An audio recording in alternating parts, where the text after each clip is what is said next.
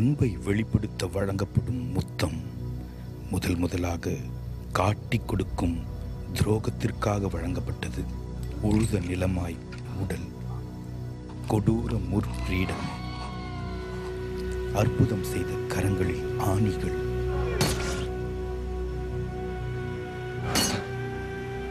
ரத்தம் மீட்பின் துளியாய், தவக்காலம். எனக்கு அருமையானே, கர்த்தருடைய வார்த்தை, இந்த வார்த்தை எப்படி இருக்கிறதாம்? யோவான் சுவிசேஷம் 6ஆம் அதிகாரம் 63ஆம் வசனம் சொல்லுகிறது, அது ஆவியாயும் ஜீவனாயும் இருக்கிறது என்று சொல்லப்பட்டிருக்கிறது. அதே போல் எபிரேயர் 4ஆம் அதிகாரம் 12ஆம் வசனத்தை வாசித்து பாருங்கள். அங்கே என்ன வாசிக்கிறோம்? அதில் ஜீவன் இருக்கிறது, வல்லமை இருக்கிறது என்று சொல்லப்பட்டிருக்கிறது.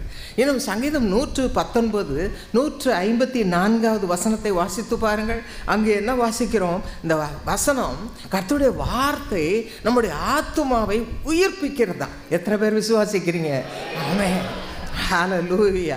அப்படித்தான் இன்றைக்கு இந்த 7 வார்த்தைகள் மூலமாக கர்த்தர் நமக்கு கொடுத்த ஆலோசனைகளை, ஆசீர்வாதங்களை பெற்றுக்கொள்ளப் போகிறோம். முதலாவது வார்த்தை நாம் பார்க்கிறோம், லூக்கா சுவிசேஷம் 23ஆம் அதிகாரம் 34ஆம் வசனத்திலே வாசிக்கிறோம். அப்பொழுது இயேசு, பிதாவே, இவர்களுக்கு மன்னியும், தாங்கள் செய்கிறது இன்னதென்று அறியாதிருக்கிறார்களே என்றார். இதான் முதல் வார்த்தை. இதே போல அவர் வாயிலிருந்து புறப்பட்ட 2வது முத்து என்ன என்று பார்க்கும் பொழுது, லூக்கா சுவிசேஷம் 23:43 என்ன வாசிக்கிறோம்? இயேசு அவனை நோக்கி, இன்றைக்கு நீ என்னுடனே கூட பரதீசில் இருப்பாய் என்று மெய்யாகவே உனக்கு சொல்லுகிறேன் என்றார். இன்றைக்கு நீ என்னுடனே கூட பரதீசில் இருப்பாய். 3வதாக அவர் மொழிந்த முத்தான வார்த்தை யோவான் சுவிசேஷம் 19ஆம் அதிகாரம் 26, 27 வசனங்களிலே நாம் வசனங்களை வாசிக்க கேட்போமா? அப்பொழுது இயேசு தம்முடைய தாயையும் அருகே நின்ற தமக்கு அன்பாயிருந்த சீசனையும் கண்டு தம்முடைய தாயை நோக்கி, ஸ்திரீயே, அதோ உன் மகன் என்றார். பின்பு அந்த சீசனை நோக்கி, அதோ உன் தாய் என்றார். அந்நேரம் முதல் அந்த சீசன் அவளை தன்னிடமாய் ஏற்றுக்கொண்டான். ஆண்டவர் தம்முடைய தாய் கண்ணீரோடு நின்று கொண்டிருக்கிறார். கண்ணு முன்னால் சிலுவையில் அடிக்கப்படுகிற அடியெல்லாம் பார்த்து தாய் மனம் எப்படி துடிச்சிருக்கு, அந்த மனம் எப்படி இருந்ததுன்னு அவருக்கு தெரியும். ஒரு தாயினுடைய மனதை அறிந்த, தாயினும் மேலான அன்புள்ளம் கொண்ட நம்முடைய ஆண்டவர் இந்த காட்சியை பார்த்தார். அதோடு அவருடைய சீஷன் பக்கத்தில் இருந்ததை பார்த்தார். உடனே என்ன செய்தார்? ஸ்திரீயே, அதோ உன் மகன், இதோ உன் தாய் என்று 2 பேரையும் ஒப்பு கொடுத்தார். பாருங்க, அடுத்த வசனம் என்ன சொல்கிறது? மத்தேயு சுவிசேஷம் 27ஆம் அதிகாரம் 45, 46 வசனங்களில் இதை வாசிக்கிறோம். என் தேவனே, என் தேவனே, ஏன் என்னை கைவிட்டு? தேவகுமார், தேவ சாயல் பெற்றவர், தேவ ரூபம் கொண்டவர், ஏன் அப்படி கதற வேண்டும்? தேவன் உண்மையாக கைவிட்டாரா? எதற்காக அந்த அனுபவத்தின் மூலமாய் அவர் போக வேண்டியது இருந்தது? உங்களுக்காக, எனக்காக. 5வதாக அவர் என்ன சொல்லுகிறார்? தாகமாய் இருக்கிறேன். யோவான் சுவிசேஷம் 19ஆம் அதிகாரம் 28வது வசனத்திலே வாசிக்கிறோம். அதன் பின்பு எல்லாம் முடிந்தது என்று இயேசு அறிந்து வேதவாக்கியம் நிறைவேறத்தக்கதாக தாகமாய் இருக்கிறேன் என்றார். தாகமாய் இருக்கிறேன். நாம் அடைகிற வாழ்க்கையில் அடைகிற தாகம், பாடுகள், சஞ்சலங்கள் மூலமா தாகம். எப்படி என் தாகம் தீரும்? எதற்கு என்ன வழி உண்டு என்று நினைக்கிறோம். இது எப்படிப்பட்ட தாகம்லாம் இருக்குது பாருங்கள். சரீர பிரகாரமான தாகம், ஆத்தும பிரகாரமான தாகம், ஆவிக்குரிய தாகம், 3 தாகம் இருக்கு. ஆண்டவர் சொல்கிறார், எப்படி இந்த தாகத்தை அவர் தீர்ப்பாராம்? யோவான் சுவிசேஷம் 7ஆம் அதிகாரம் 37ஆம் வசனத்தை வாசிக்க கேட்போமா? பண்டிகையின் கடைசி நாளாகிய பிரதான நாளிலே இயேசு நின்று சத்தமிட்டு, ஒருவன் தாகமாயிருந்தால் என்னிடத்தில் வந்து பானம் பண்ண கடவன். உங்கள் தாகத்தை தீர்க்க இன்றைக்கு வந்திருக்கிறார். இது நான் சொல்லுகிற வார்த்தை அல்ல, ஆவியானவர் உங்களுக்கு சொல்லுகிற வார்த்தை. உங்களுக்கு பலவிதமான தாகம் இருக்கலாம். ஆத்தும தாகம், சரீர தாகம், ஆவியில தாகம் இருக்கலாம். இன்றைக்கு அதை தீர்க்க ஆண்டவர் வந்திருக்கிறார். நம்முடைய வார்த்தையின் மூலம் அதை தீர்க்க வந்திருக்கிறார். சரீர தாகம்னா என்ன? ரோமர் 8ஆம் அதிகாரம் 36ஆம் வசனத்தை வாசித்து பாருங்க. நம்முடைய வாழ்க்கையில் கசப்பு, சஞ்சலம், இல்லாமை, திருமணம் ஆகலை, குழந்தை இல்லை, உபத்திரவம், சரீரம் வியாதி. ஆனால் பிரியமானவர்களே, கர்த்தரை நம்பி அவரை பற்றி கொள்ளும் பொழுது, சிலுவையில் எனக்காக அடிக்கப்பட்டீரே, உம்முடைய இரத்தத்தினால் என்னை சுத்திகரியும், எனக்கு புது ஜீவனை தாரும் என்று நம்பிக்கையோடு கேட்கும் பொழுது கர்த்தர் என்ன செய்கிறார்? இந்த தாகத்தை தீர்க்கிறார், விடுதலையை கொடுக்கிறார். பாருங்க, ரோமர் 8:37 சொல்லுகிறது, இவை எல்லாவற்றினின்று நம்மில் அன்பு கூறுகிறவராலே முற்றுமுடிய ஜெயம் கொள்ளுகிறோம். 100% விடுதலை. எப்படி விடுதலை ஆக்குகிறார்? கொலோசியர் 2:15 சொல்லுகிறது, சிலுவையின் மேல் வெற்றி சிறந்தார். அவர் நம்ம மத்தியில் இருக்கிறார், உங்களை பார்க்கிறார், உங்களுடைய இருதயம் அவருக்கு தெரியும். யார் யார் இருதயத்துக்குள்ளே வேண்டுதல் செய்கிறீங்களோ, என் கர்ப்பம் காலியாக இருக்குது, எவ்வளவு வேதனைப்படுகிறேனே, இந்த வேதனையை தீர்க்க யாராலும் முடியாது, எந்த டாக்டராலும் முடியாது, நீர் தான் எனக்கு உதவி செய்யணும், ஜெபம் பண்ணுறீங்களா? கர்த்தர் கேட்குறாரு, உங்கள் ஜெபத்தை கேட்கிறார், உங்கள் எண்ணத்தை அவர் கவனிக்கிறார், உங்களுக்கு விடுதலையை கொடுக்கிறார். இன்றைக்கு விடுதலையை கொடுக்கிறார். அடுத்ததாக ஆத்ம தாகம். சங்கீதம் 138:3 என்ன வாசிக்கிறோம்? ஆத்துமாவிலே பலன் தந்து தைரியப்படுத்துவார். ஆத்துமாவில் பாருங்க, சோர்ந்து போகிறோம். ஐயோ, என் பிள்ளை போயிடுச்சு, எனக்கு ஒரே ஒரு மகன் இருந்தான், அந்த மகனும் போயிட்டானே, எவ்வளோ வேலை இருந்தது, வேலை போச்சு, என்னுடைய பிஸ்னஸ் ஒன்றுலாம் போச்சு, இன்றைக்கி எவ்வளோ பேர் அழுகிறாங்க தெரியுமா? நல்லா போயிட்டு இருந்தது, எத்தனையோ லாரி இருந்தது, இப்போ ஒன்று கூட இல்லை, எல்லாம் போச்சு என்று எவ்வளோ பேர் அழுகிறோம், சோர்ந்து போகிறோம்.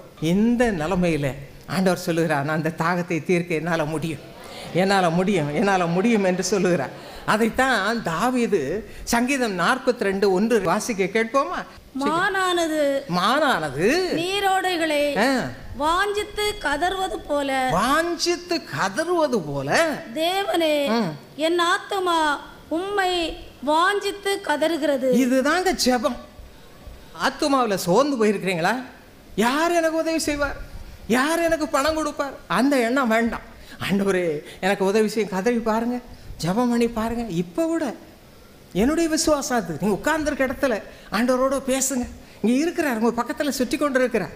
அது சொல்ல 2 பேரா 3 பேராவது என் நாமத்தினாலே எங்கே கூடியிருக்கிறீர்களோ அங்கே அவள் மத்தியில் இருப்பேன். ஹல்லேலூயா. உங்கள் மத்தியில் இருக்கிறார், உங்கள் பக்கத்தில் அசைவாடி கொண்டு இருக்கிறார், உங்கள் பக்கத்தில் இருக்கிற. நீங்கள் அழுகிற சத்தம் அவர் கேட்கும், ஓடி வந்து உங்களை விடுதலை ஆக்குவோம். இன்று எப்போ, நாளைக்கு இல்லை. அவரோட சிலுவையில் அறையப்பட்ட அந்த கள்ளனை பார்த்து என்ன சொன்னார்? இன்றைக்கு நீ என்னுடைய கூட பரதீசில் இருப்பா, இன்றைக்கு உங்களுடைய கண்ணீர் துடைக்கப்படும், இன்றைக்கு உங்களுடைய கண்ணீர், உங்களுடைய தாகம் தீர்க்கப்படும். இதுதான் ஆண்டவர் நம்ம மத்தியில் வந்திருக்கிறார். அடுத்ததாக ஆவிக்குரிய தாகம்.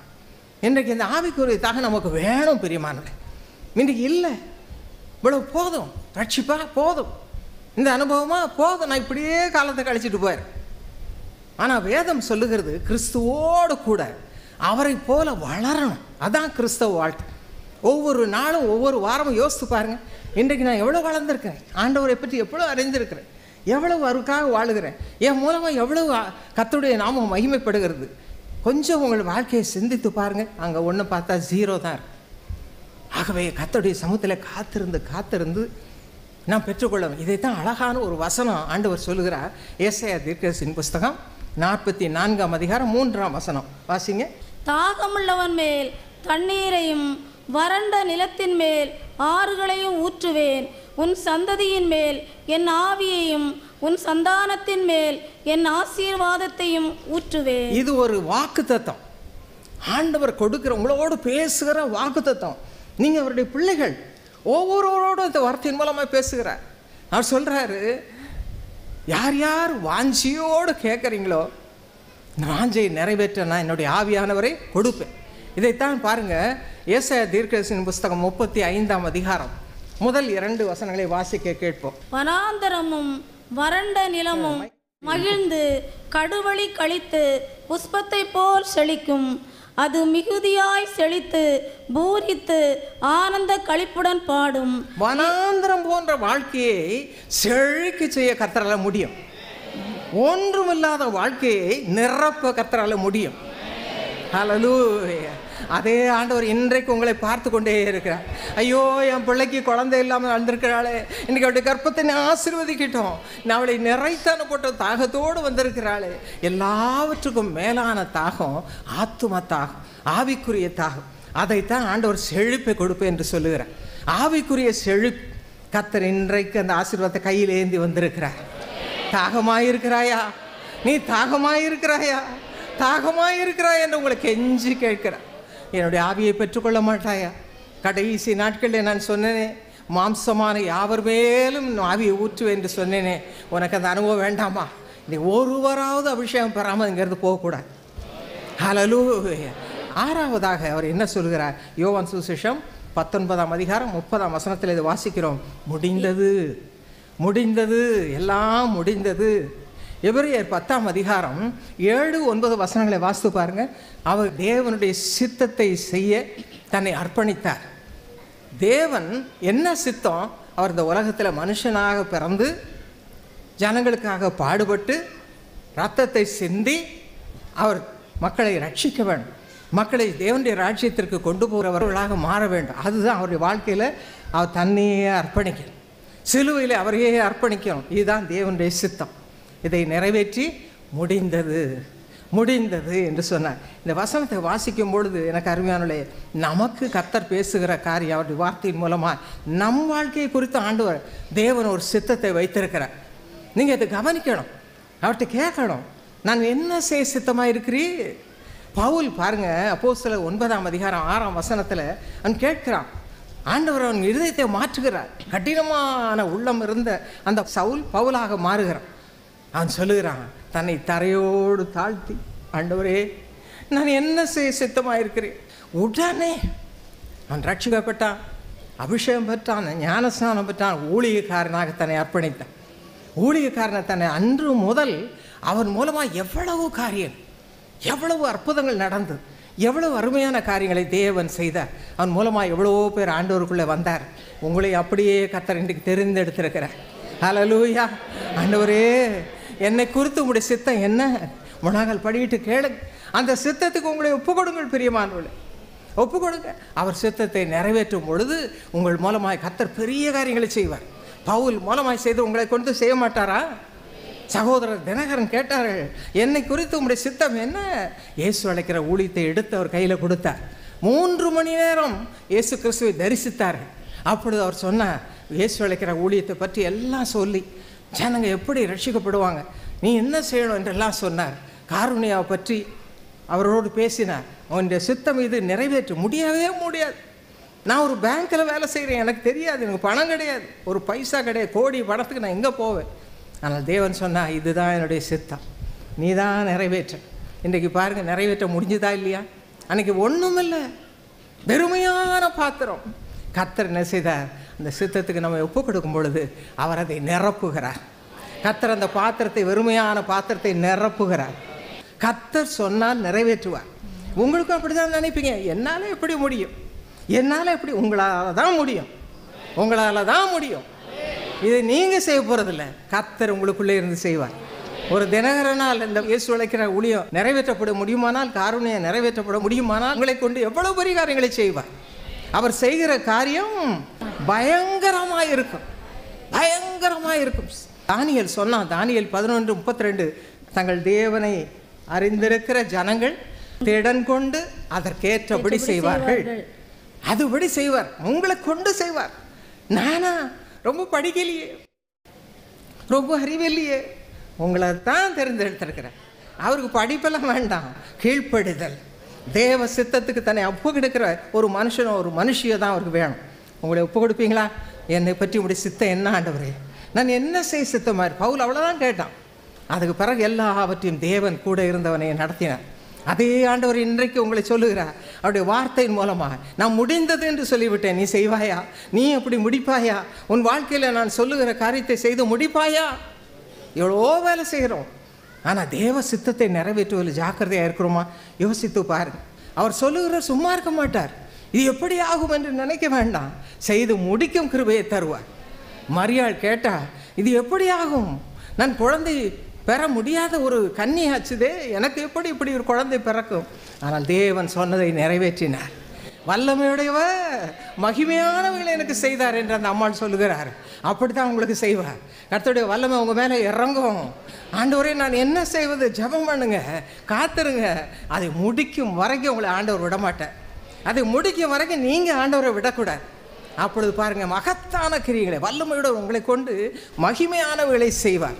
கடைசியாக என்ன சொல்லுகிறார்? பிதாவே, உம்முடைய கைகளில் என் ஆவியை ஒப்புவிக்கிறேன். லூக்கா சுவிசேஷம் 23ஆம் அதிகாரம் 46ஆம் வசனத்தில் இதை வாசிக்கிறேன். இயேசு, பிதாவே, உம்முடைய கைகளில் என் ஆவியை ஒப்புவிக்கிறேன் என்று மகா சத்தமாய் கூப்பிட்டு சொன்னார். இது மிக மிக அருமையான ஒரு காரியம். நமக்கு ஒரு நிச்சயம் வேண்டும். நிச்சயம் நான் மரித்தா ஆண்டவரத்தில் போவேன். இதுதான் நிச்சயம். பிதாவே, நம்முடைய கையில் ஒப்புவிக்க நிச்சயமா திட்டமா செய்தார். எனக்கு அருமையான அந்த நிச்சயம் நமக்கு உண்டா?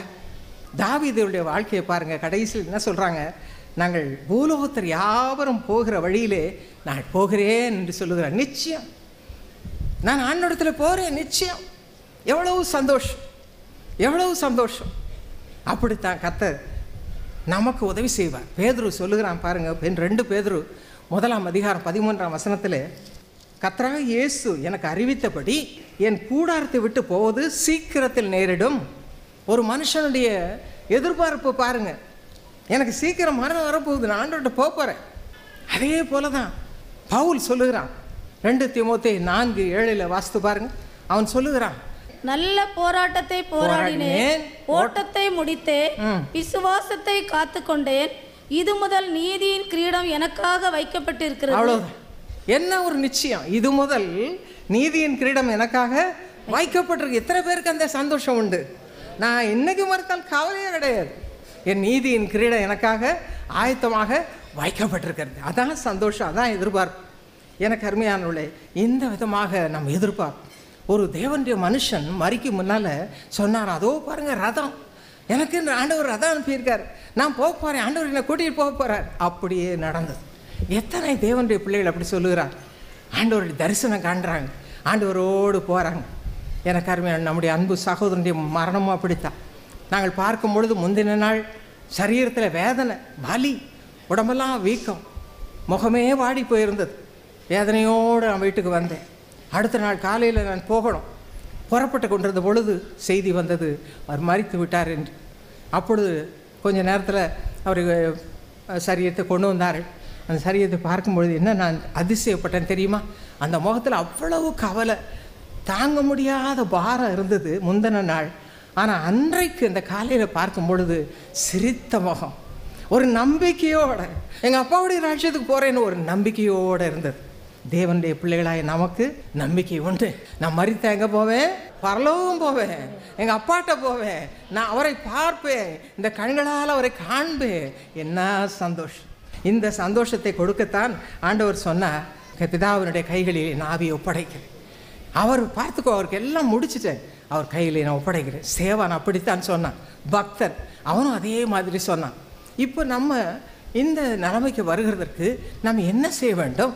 ஏசாயா தீர்க்கதரிசியின் புஸ்தகம் 58ஆம் அதிகாரம் 11ஆம் வசனத்தை வாசிக்க கேட்போம். கர்த்தர் நித்தமும் உன்னை நடத்தி மகா வறட்சியான காலங்களில் உன் ஆத்துமாவை திருப்தியாக்கி உன் எலும்புகளை நினமுள்ளதாக்குவார். இந்த ஆசீர்வாதத்தை ஆண்டவர் கொடுக்க காத்திருக்கிறார்.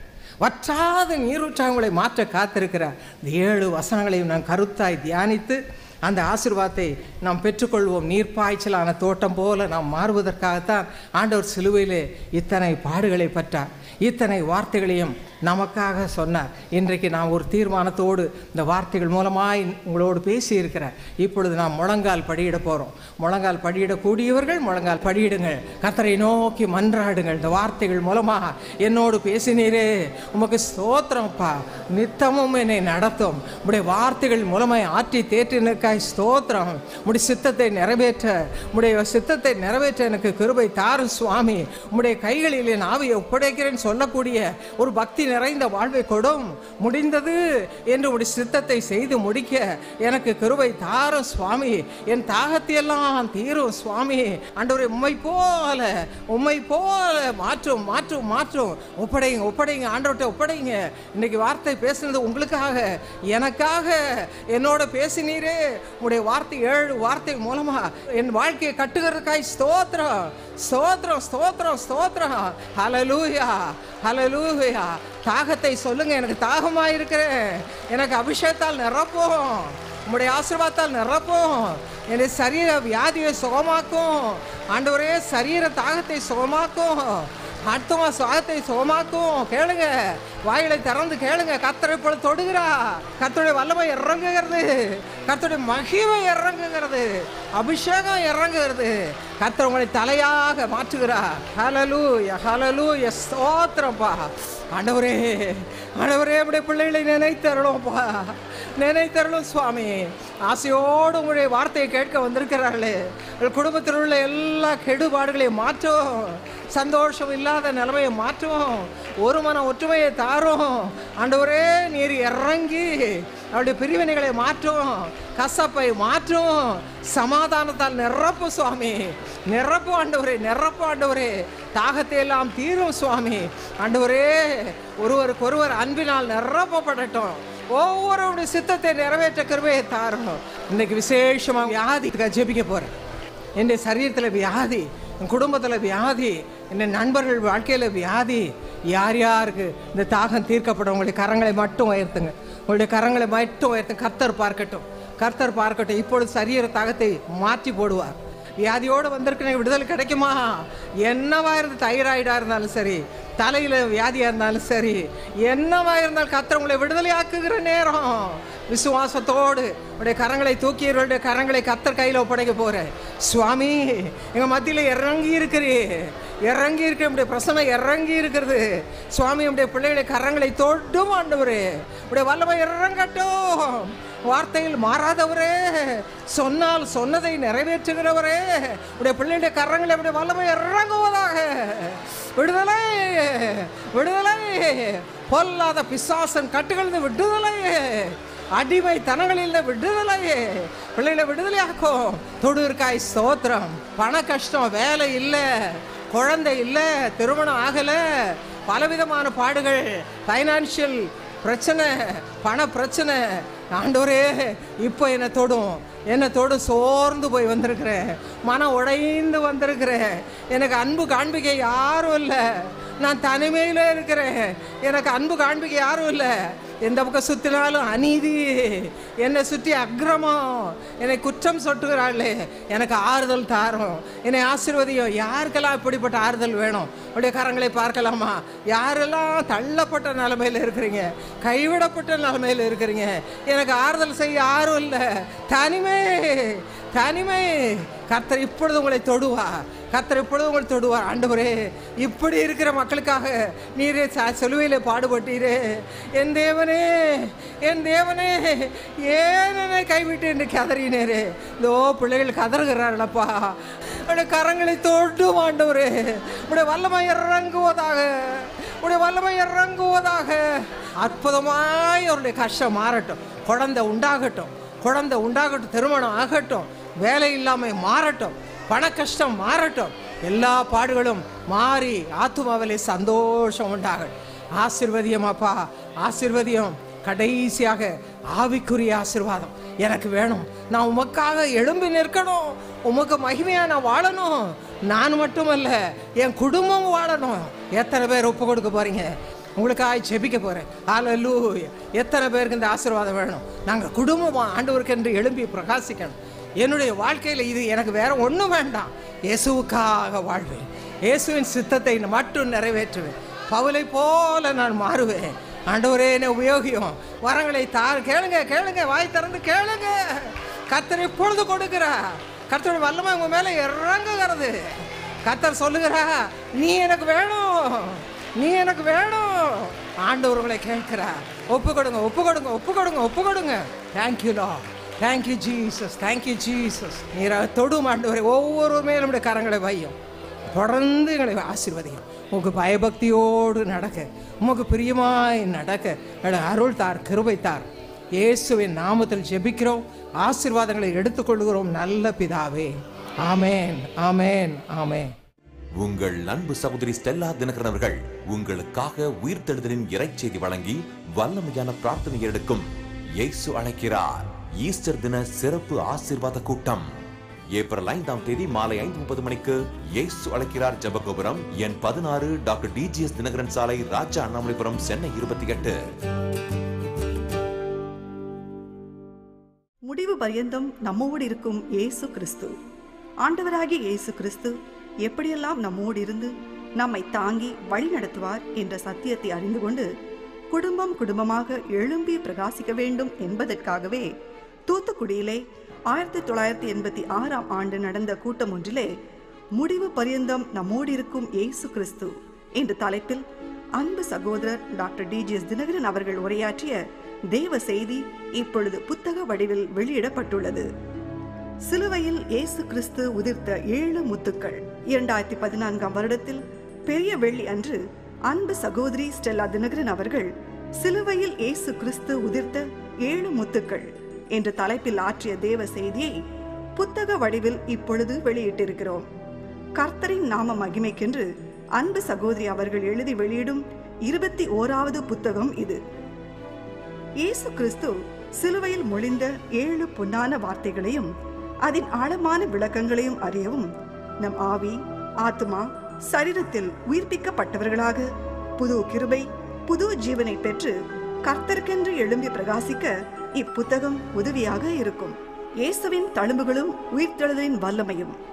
இயேசுவுக்கென்று இப்பூ உலகில் தேவனுக்கும் கிறிஸ்துவுக்கும் நற்கந்தமாய் வாழும் தெய்வீக கிருபையை நீங்கள் ஒவ்வொருவரும் பெற வேண்டும் என்பதற்காகவே பெங்களூரிலும் கோவிலும் நடைபெற்ற இயேசு அழைக்கிறார் நற்செய்தி கூட்டங்களில் சகோதரர் டிஜிஎஸ் தினகரன் அவர்கள் கொடுத்த தெய்வ செய்திகளாகிய இயேசு கிறிஸ்துவின் தழும்புகள், உயிர்த்தெழுந்த இயேசு என்ற 2 செய்திகளையும் ஒன்றாக்கி இயேசுவின் தழும்புகளும் உயிர்த்தெழுதலின் வல்லமையும் என்ற தலைப்பில் இப்பொழுது புத்தக வடிவமாக்கி வெளியிடப்பட்டுள்ளது. இந்த 3 புத்தகங்களும் அனைத்து இயேசு அழைக்கிறார் புத்தக நிலையங்களிலும் கிடைக்கும். வாங்கி பயனடைங்கள். Welcome to Karunya University, a university that innovates new findings in human resource. A university with well-equipped research centers for food, water, energy and health. A university that brings joy into the hearts of your parents as you bud out.